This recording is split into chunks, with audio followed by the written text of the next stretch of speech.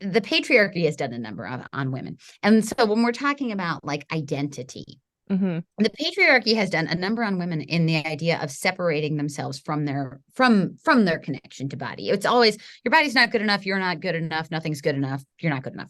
Yep. So a lot of times what happens is people, myself, and many of the clients that I've worked with, what they start doing is they start rebelling against that system, because why wouldn't you rebel against a system that oppresses you? So what you end up doing is you end up rebelling up against the things that are actually good for you that you should be doing anyway.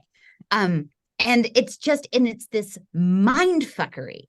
Like you got to get in people's unconscious minds of, this whole idea of, I can't tell you how many people that I've sat with in coaching calls that are like, I feel like exercise is a punishment. I'm like, that's the patriarchy. That's that's the patriarchy. What's up, you beautiful beasts? I'm Katie. I'm on a mission to help humans become the best possible versions of themselves and to strive for overall health, mental health, emotional health, physical health, all of the healths, without ever having to step on a scale. I have had the privilege to talk to all kinds of different humans who've been through a plethora of experiences just being a human and existing. I believe that every single time somebody shares their story, at least one person listening will learn from it, be inspired by it, and maybe, just maybe, even change the entire direction of their life. These are the stories of humans unveiling their beautiful beast. Keep listening. This is the Unveiling the Beast podcast.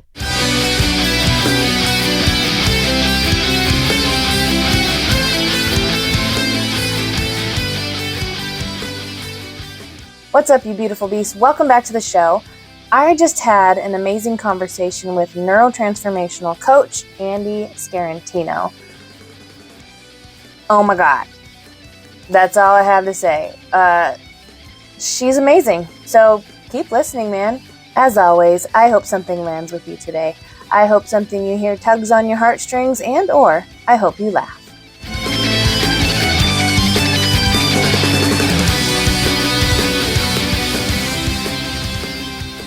Yeah, I'm excited that you said yes. And my memory of you from class was you quit smoking and started running marathons instead. That was a piece of the story. Yeah. So that was a piece of the story back in 2018, but it's kind of a longer, more complicated thing, as I think a lot of our stories are, right? So yeah. I don't think you got into any details, but that's just how the memory stands out in my head. She quit That smoking and she started running marathons. Yep. That's what happened. Yeah. That's so what happened. Yeah. So are you like a health and fitness fanatic? No, not at all. Okay. Not at all. So I do mindset and transformational coaching, same as so many of the people in Sean's community. And it's always been about the unconscious mind and the role the unconscious mind plays in things. And so while I do run marathons, it's definitely not my identity. I don't associate myself as a marathon runner. I'm not, I run marathons. Yes, right. I do that. But if I stopped running them tomorrow, I don't think that it would take away from the essence of who I am. Right. I enjoy it, but it's not necessarily something that I would say is the essence of what I do. Who is the essence? What is the essence of Andee? What is the essence of Andee? Yeah, because you were saying that marathons, if you stopped running, wouldn't take away the essence of who you are. So what is the essence of who Andee is? Well, this has taken me a really long time to get to. And I am a little bit, not a little bit, I'm very woo-woo. I'm very into consciousness, and I talk a lot about it, and I incorporate a lot of Eastern concepts into my work. So I am like, that is the essence. I am. Andee is a label as much as anything else. And as a human being, I have an aura, I have a personality, I have a set of values, and I have a set of beliefs, and I have I think I said a personality already, but I'll say it again because it's that good. I have all of those things, and they make up probably what people would experience of me, but I am. Like that is Yeah. the essence. I am. And all of those other things, this is actually a really good jumping off point. All of those other things are just shit. And I think that before 2018, I really solidly identified with an identity that I had built for myself. And as you get into inner work, as we do, you start to understand a little bit of the whys behind that and how you created that ego and that identity, and if you have arrested development, where that all came from. But for me, I didn't even realize that that was part of my experience. I just saw myself as this night crawler. Like, I live in New York City. I'm not there right now. I'm in Indiana visiting someone. I just finished the Chicago Marathon this past weekend. So that was exciting. Yeah, my 6th marathon. But I live in New York City, and I was working nights at a restaurant in Times Square, and I associated myself as this like modern day beat, like the beat culture from the 50s and 60s of like William S. Burroughs and Jack Kerouac and Allen Ginsberg and all of those people. And that's what I saw myself as. I'm swearing, I'm smoking, I'm drinking whiskey with men in bars until 4 o'clock in the morning. And I really thought that gave me value in the world. Like, I thought that was something that I was painting an image. Right. And this big image, and this is what I was painting, and this is what I was showing the world. And then after age 30, like after my Saturn's return, things kind of started going to hell. I mean, I became out of touch with who I really am and who I really see myself as. Seeing myself as I always saw myself, I always saw myself as great. And I think that's important. I have an ego the size of Alaska. I mean, I really did. I always saw myself as great. But what was manifesting was not great. And so there was an incongruence, and there was this cognitive dissonance, because I saw myself as great, but I was doing all of these things that were certainly not great. And because of that, I was really overweight. Because I wasn't taking care of myself. I didn't keep a good diet. I smoked a lot of cigarettes. I did no physical activity whatsoever. And I still was of this mindset that those things I was above those things. I was too cool for that story. I was too cool to do all that shit that those woo-woo people did, and that those people over there did. And I didn't realize at the time that this was a protection mechanism that I'd built. I ended up figuring that out much later. So I was kind of dragging myself into this pit of just complete disconnection and unhealthiness, and a lack of really self-service in any way, and a lack of love, like a really big lack of self-love. And I was in this relationship with this man, and there's nothing, I have no ill will towards this man. Like, he was he was a fine enough person. Like, we got into a relationship together. It was long distance. It was kind of a reactive relationship, in the idea that we like to play. Like, we were really about the distractions. We loved getting together and traveling together and drinking together and doing all of the reactive behaviors, right? The eat it away, drink it away, smoke it away, fuck it away, gamble it away. We didn't really gamble, or but like these kinds of things to make life seem like it's worth living. And we did a lot of that. We were having a lot of fun, except I wasn't looking too deeply at myself. And to make a very long story very short, in January of 2018, I was visiting him at his house. We lived in different states, and we got into a heated argument in the middle of the night, and he ended up, it was very, very heated, and he left me at the airport in the middle of the night when I didn't have a flight home. He blocked me on his phone, and went home, and he went to bed. And that was like, I talk about this story a lot, because that was really the fulcrum. That was the moment that kind of changed things, because there was a series of events that happened that night, kind of like a lot of them that are really irrelevant. Like, it sucks to be left in an airport in the middle of January, in the middle of the night, without a flight home. I ended up being able to, get one on my, but the things that were one moment in particular stood out to me in that whole experience. And that was that I ended up getting a flight for about 8 o'clock the next morning. And when I was sitting at the gate waiting for that flight, this woman asked me, "Are you okay?" And I just screamed at her. And like, "Yeah, I'm fine," like angry. And in that moment, it was like every bit of awareness came into my, like, it was like I gained every bit of awareness all at once in that moment. And in that moment, I was like, oh my God, I did this entire thing. This entire thing. I am responsible for all of this. And it was just such a powerful moment of like intense downloads of like, and I wasn't even aware of all of them at the time. All I was aware of at that moment was, oh, this is all my responsibility. I did all of this. And that was the beginning. I would tell you that all of the things that people want, right? Like, oh, you quit smoking, you quit drinking, you lost a bunch of weight, you quit your job, you started a business, you did all this. Yeah, okay, that's all great. That's all shit. Who cares? Like, yes, I did all of those things very quickly after that moment. Amazing. But really what it was the inward game from there. And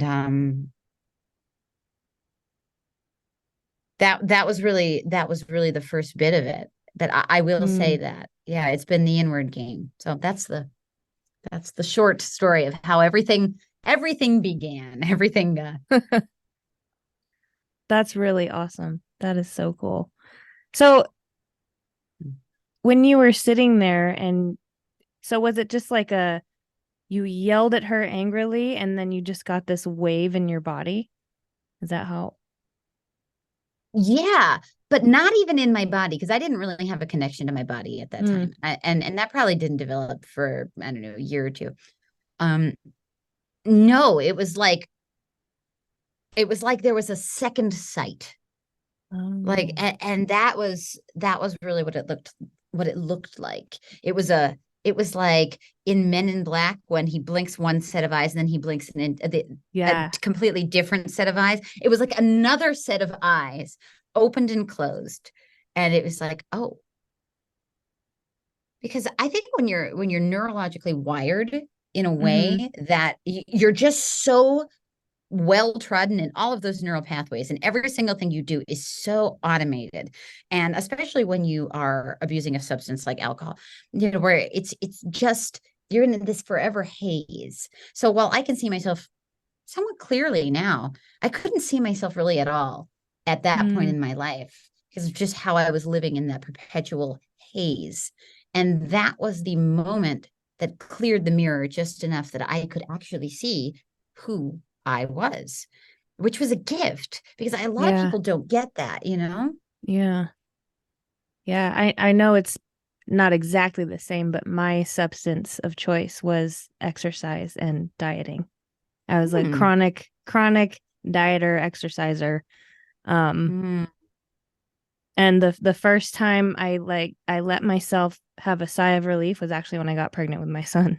Because I'm like, I can't diet. I can't do all that when I'm pregnant. No, so it's you gotta like, feed your body.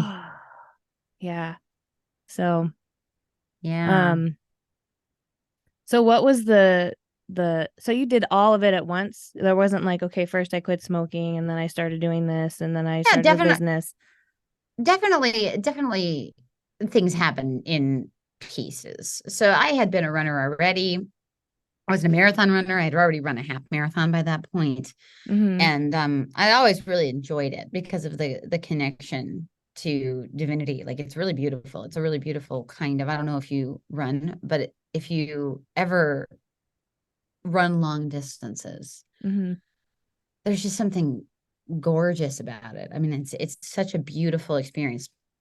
Not for everybody, but for those of us who really, yeah, it's really a beautiful experience. So I always ran for exercise. It was my exercise of choice, and it was nice. I quit smoking because I was ready. And I think like what ended up really happening was well, the sequence of events, if we're going to tell it in a chronological way, is that I came home, and within 3 days, one of my dearest friends, Christine, sent me a link to something called the Whole Life Challenge. And she said, hey, and this is, we're going back to the identity piece. Mm-hmm. She's like, I know that this isn't something that you would normally do, because Andee Scarantino was way too cool to do anything that was for herself. She's like, but I think that this would be good for you. And it was 7 daily habits that you do every day for 6 weeks. And I was like, my ego was just battered enough that I could not resist her. Because typically what I would have said was, no, I'm not doing that. Why would I ever do that? That's ridiculous. Yeah. But it turns out that this was really beautiful because it was created by two men. One of them actually has become one of the co-founders actually became a very, very good friend of mine and was the first life coach I ever knew. He wasn't okay. So this is how I got into coaching. Okay. So, and he's a big part of my story. His name is Andee as well. So I did this thing. And what I didn't realize was that it was created by these two guys, and Andee was an early adopter of CrossFit, and he owned one of the first CrossFit gyms basically in the world. And he used to do these fitness challenges with the people at his gym, long before it was CrossFit. Actually, it was when he still had Petronic Fitness. But what he realized was that there were aspects of fitness that his gym participants weren't necessarily incorporating, like mindfulness. And, so there was like all of these different aspects. And if he ever listens to this and I'm butchering the story, Andee, please feel free to submit corrections. but I'll edit them in. but that was the thing. There was all of these other aspects like sleep, mindfulness, reflection, hydration, there is, and mobility. There was just all of these things. So it wasn't just about eating a diet that was nutrient dense, and it wasn't like about a diet, which a lot of people that are kind of now that you've shared a little bit of your history, there are people that get into a very diety mindset, and that was not what this was. So it taught me about how to take care of my body. I never knew how to do that before. I didn't understand that the body as a vessel was the thing that provides you connection to every bit of everything else in the world. That it's your connection to intuition. It's your connection to spirit. It's your connection to the divine. It's your connection to everything. It is a transmitter of every bit of information that you ever could or would need. Over 90% of serotonin is created in your gut. My gut health was abysmal. I didn't poop solid for years. I mean, like, it was just, so to understand the regulation of the microbiome in your gut. I mean, there's just so many things that I didn't have any idea about. And then I did this thing. And but my body was in order, the smoking just kind of happened because I was like, well, I'm taking care of my body. I'm having all of this new data. I'm having all of these new awarenesses. I'm having all this new shit happen. Why the fuck am I smoking? So I let that go. And that was the beginning. Like, there has been a level of, a lot of people want to do stuff. But again, things happen in layers. You can only access whatever layer you want after you've peeled the one above it off. Right. And getting that basic, I don't know if you've ever read The Tools by Phil Stutz and Barry Michaels, but Stutz creates a pyramid, and it's the pyramid of the life force. And the bottom chunk of the pyramid is your connection to body. The second chunk is your connection to others, and the top is your connection to yourself. But 80%, if that is in order, this vessel, so much else falls in line with following them. So it was just giving myself that access was such a tool. And I'm sober almost 4 years, and I tell people a lot about how I believe, and I'm not the first person to say this, that, sobriety and recovery are two very different things. Mm-hmm. And sobriety for me kind of started 4 years ago, but recovery started really that night at the airport. And this piece of just getting in harmony with this vessel I have to live in was the first basic piece. So no, I'm not a diet and fitness person. When I work with clients, we don't do basically any of that. I do recommend that they care for themselves. And if they need pointers or tools on how to do that, I can do that. If it's something I'm not certified in, I usually say, go see an RD, almost everyone's insurance covers it. But that is a big piece of, I think, general wellness and clarity is having that. Yeah. Taking care of you. I'm at the beginnings of finally taking care of me. That's awesome. Yeah, mostly in the getting enough sleep. I had a lack of sleep for years. It started when my son was born. So naturally, when you have a baby, you don't get sleep. But then just like circumstance after circumstance, I was probably getting 4 to 5 hours a night for like 6 years. So, oh man. And I'm recovering from that now. And it's just amazing how everything else is changing just by getting enough sleep. And that's only one aspect, that the sleep is only one aspect, above nutrition and exercise and all that. So that's a huge part of what I'm, sharing with the world. And my whole thing is unveiling your beast. You sound like you have unveiled your beast, and you were talking about the layers. Those are the veils, and you are beast Andee right now. I mean, I'm doing the best I can. Yeah. So yeah, that's kind of where I am. I'm still in that. I'm starting that recovery process and starting with getting enough sleep. And now I have enough time to go into the gym that's in my garage and move my body and go for a walk in the park and share videos with my friends. Yes. Yeah. Which I'm behind on with a video. I mean, a Marco Polo thread with people sharing videos. But no, but that's a great thing. And I do want to add something. And then just because I have a master's degree in sociology, I never, ever, ever allow for the macro systemic factors to not come in. And the deal is that the patriarchy has done a number on women. And so when we're talking about like identity, the patriarchy has done a number on women in the idea of separating themselves from their connection to body. It's always, your body's not good enough, you're not good enough, nothing's good enough, you're not good enough. Yep. So a lot of times what happens is people, myself, and many of the clients that I've worked with, what they start doing is they start rebelling against that system, because why wouldn't you rebel against a system that oppresses you? So what you end up doing is you end up rebelling up against the things that are actually good for you that you should be doing anyway. And it's this mind fuckery. Like, you got to get in people's unconscious minds of, this whole idea of, I can't tell you how many people that I've sat with in coaching calls that are like, I feel like exercise is a punishment.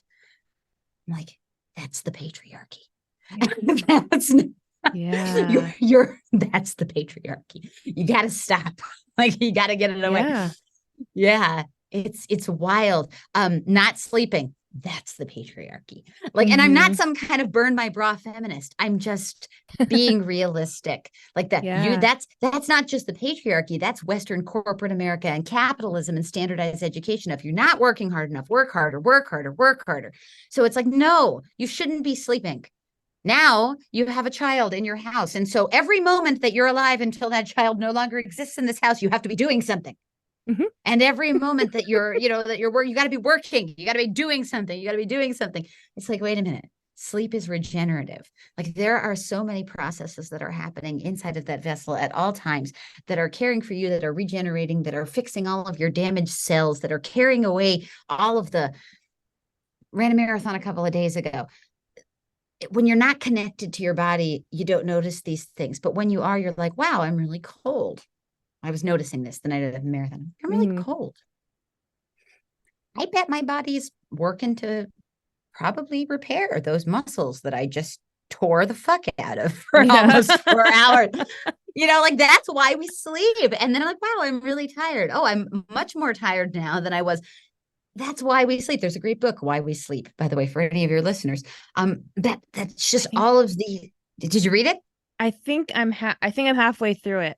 I don't want to say that that's the book, but I am halfway through a sleep book that's like amazing. Yeah. That's amazing. Is it blue? That's so good. I don't know. I have it on Audible. Yeah. But it's so, I think so. But it is really, it's just, yeah, it's so important. And you know about the unconscious mind from the work that you do, like that if there is an unconscious belief that in like any of those that are aforementioned, you will avoid that shit. And yet it's so integral to everything. Yeah. So kudos to you for sleeping. Thank you. And I want to rewind a little bit because I have a story on the exercise as punishment. Oh yeah. I did it to myself all the time, but the one that stands out the most is I got Chinese food one night with my husband, and this was when I was in that like disordered exercise, disordered eating, like super focused on calories, and if I went one over, oh my gosh, the world is ending and I'm a failure, and all that stuff. So we had Chinese food, and I was so full, but I felt so guilty for eating Chinese food. Now I'm just like, yay, I ate Chinese food. Let's move on with our day. I went and got on the elliptical at our gym for an hour with a full stomach of Chinese food to punish myself for eating that. And I remember I wanted to throw up. And that moment comes up sometimes. Nick, my husband, will remind me, just remember the Chinese food on the elliptical. So I think that was one of it probably sticks out because it's probably one of the first times I was like, something's wrong. Like this, why am I doing this to myself? It was one meal, So I just, that's what I thought of when you were like, exercise is punishment. Yeah, you have a story that is all too common. Yeah. And it's a big beast too. Speaking of the beast, it's a big beast to undo because the truth is we can abstain from drugs, we can abstain from alcohol, we can even abstain from sex. Actually, I kind of prefer to. And yet, like you have to fuel your body. So coming into a harmony with doing that is essential. Like, and because abstinence is a surefire way to eliminate something that's not serving. But if you've got a disordered relationship with eating, that's a bigger fish to fry. Not frying fish, you pun. But is that a pun or a analogy, or I don't know. I don't know. It makes me want to go work out. What's the word? But no, I mean, it's it really is. It's something that takes deeper understanding and awareness and forgiveness and a lack of judgment, and to really get that, like, to recognize, okay, what are the lies that I'm telling? Whose story really is this that I'm abiding by, that I should this or that or this, like it's, yeah.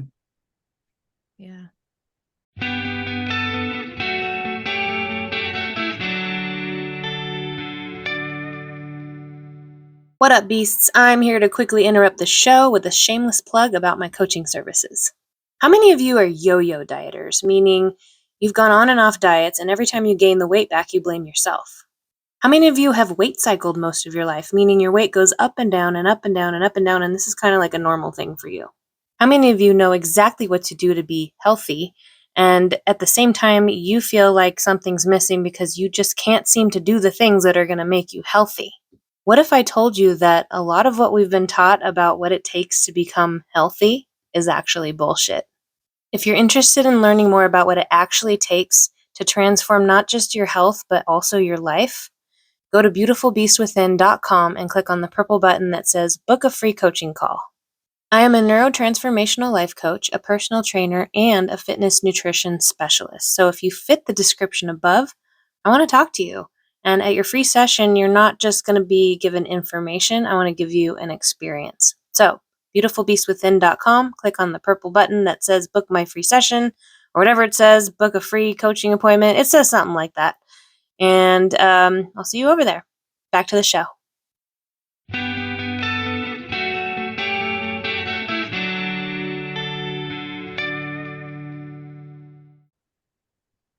But sleeping's great. It is. I got it. And walking in the morning. It is.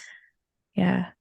I actually did 2 half marathons and one 10K when I was 4 months pregnant, and a couple of 5Ks. That's great. All while in a larger body. Fancy that.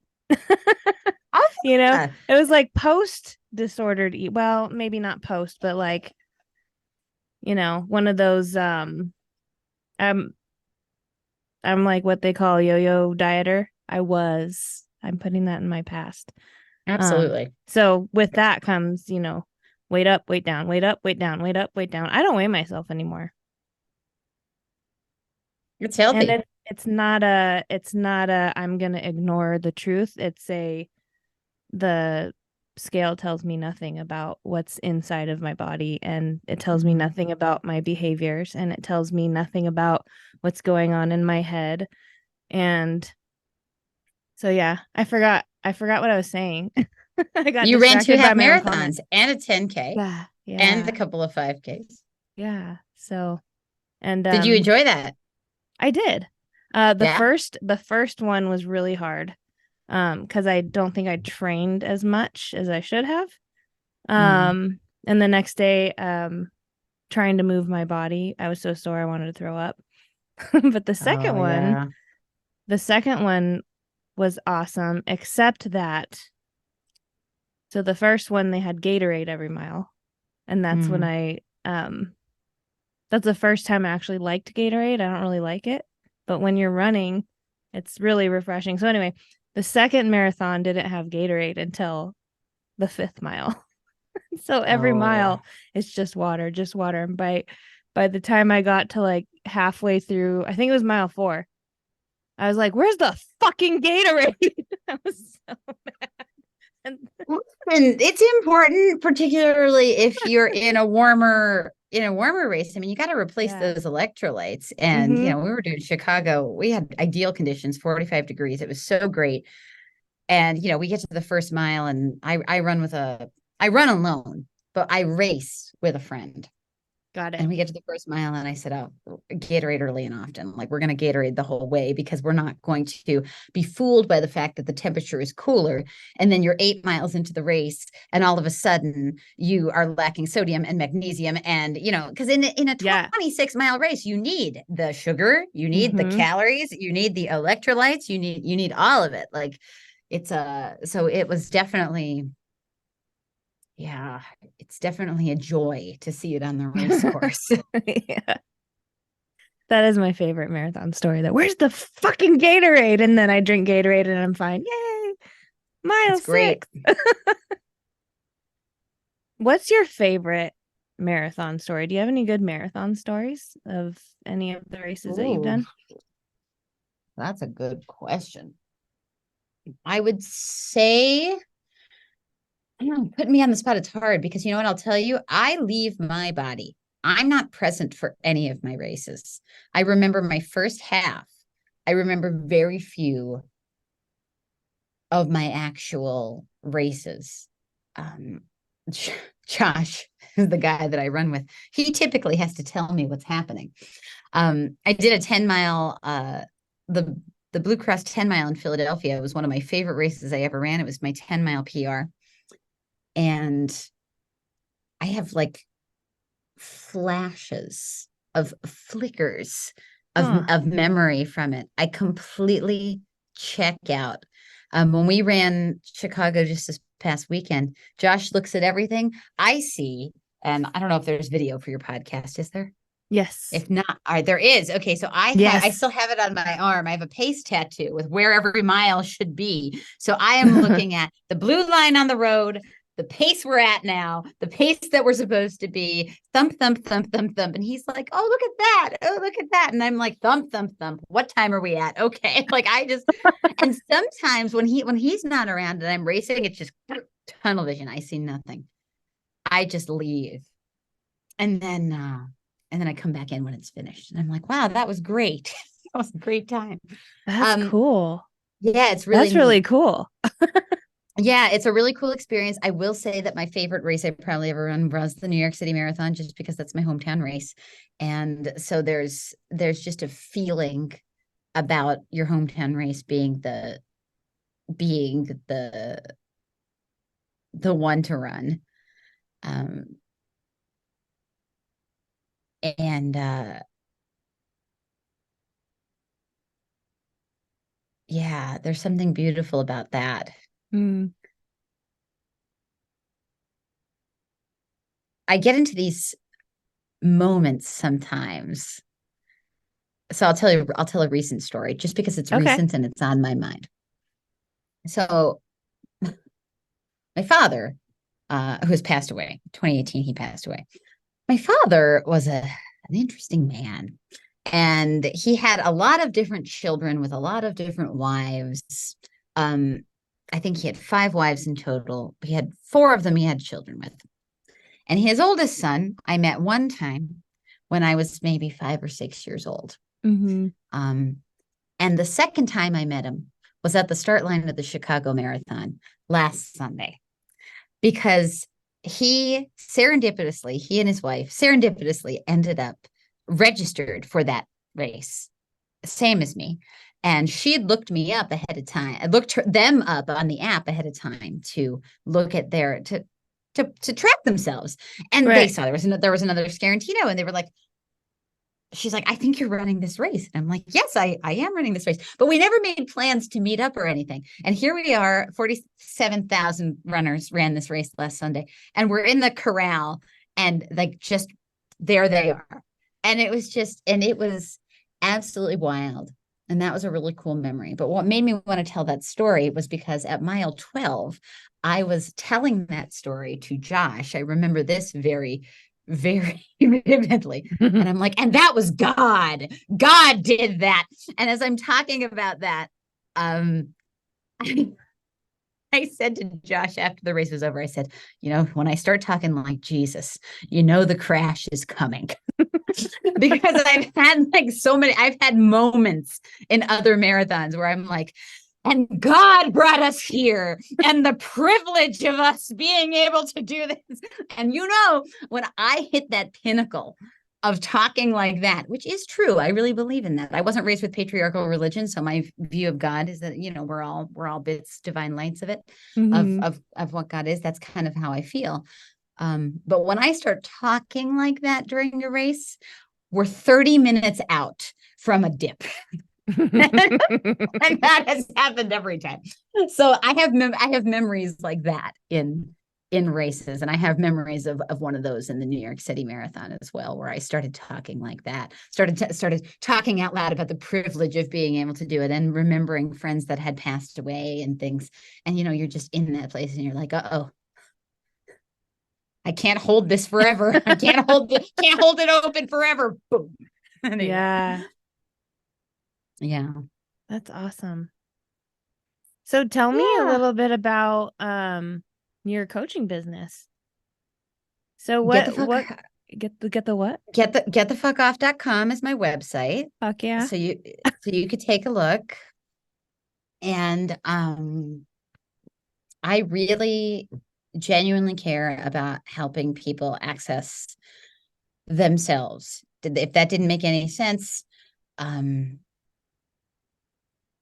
I help humans get off the roller coaster. Like, there are so many, because I'm a sociologist, my biggest issues are what Western society tries to turn people into. it really tries to turn people into product producing pegs, from standardized education all the way up through, I'm sure you've heard about our employee mindset, corporate America, the whole bit. I mean, we're really just, hammering out a product, produce. It's a very hard masculine society. If you actually can go on YouTube and Google how America became a superpower. And if you look that up, you'll see this hard masculine ethos right through before the 1940s, back to like World War I. So our values here are very hard masculine centered. Masculine, not meaning male, but meaning masculine, like the doing. It fucks people up. Yeah. And it puts people in a place of inadequacy. And when those people are living in a place of inadequacy, then they start with the reactive behavior, the drinking, the smoking, the gambling, the whatever the hell they do. I mean, the overeating, undereating, all kinds of things. So my biggest issue is really with those macro systems. So I help people literally get the fuck off the roller coaster. If my website, I just redid it, but it really isn't a resource. So yes, you can read about transformational coaching, and you can read about why a checklist of shit to do doesn't help anyone, because if it did, Western society would have been effective, but they weren't. So everybody's kind of want to look for the next list. Okay, here's the thing that I got to do to get to the next thing. It doesn't work. And it has people really disconnected from themselves.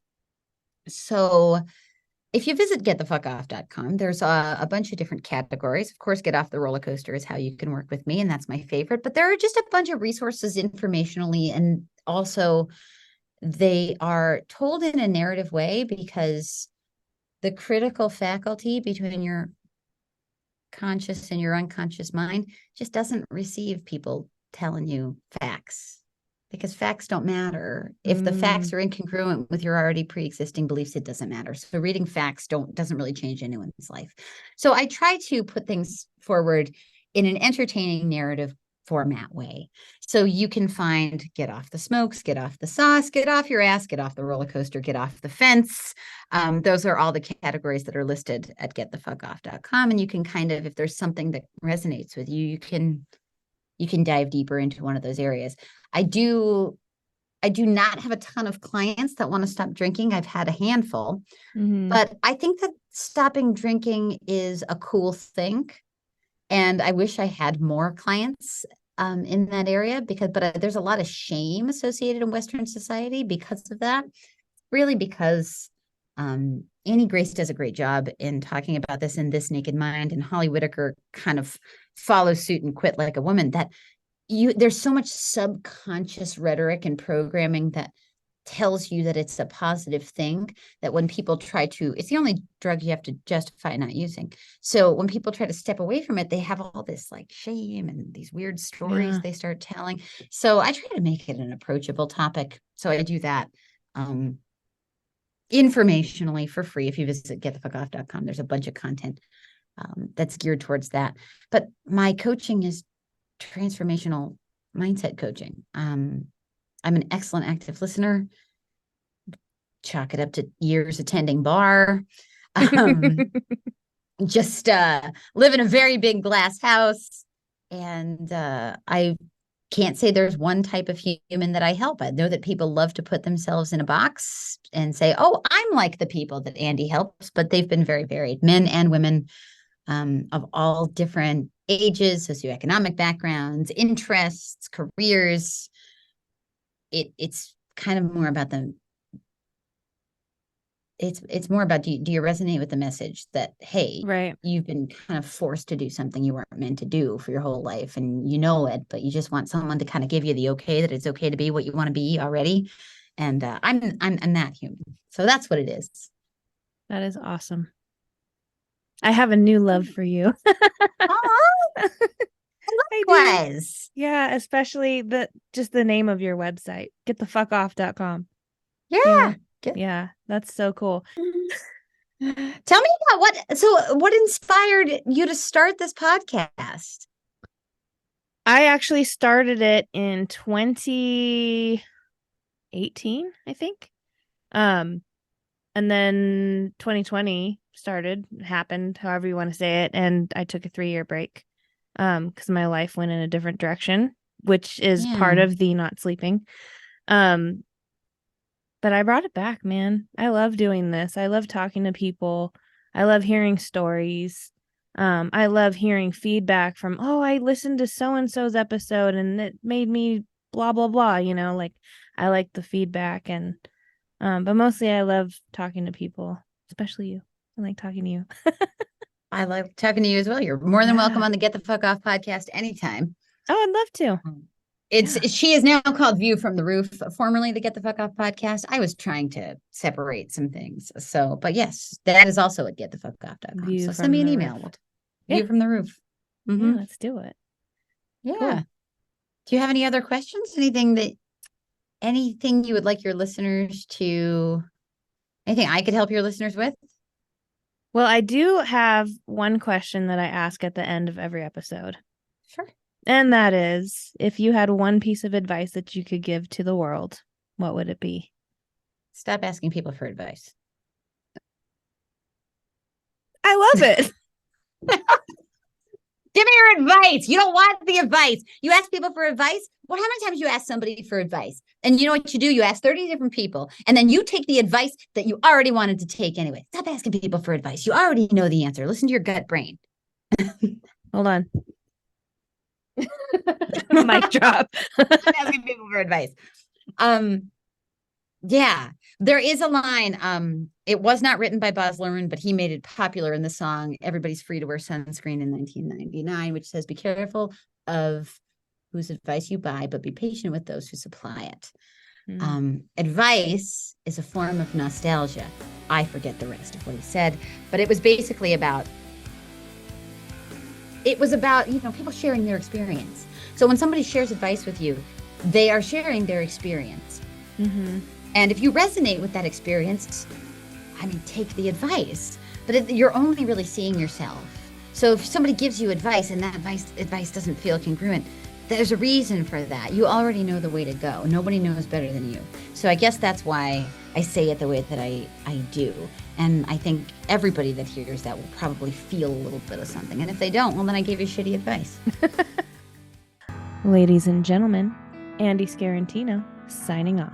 Until next time.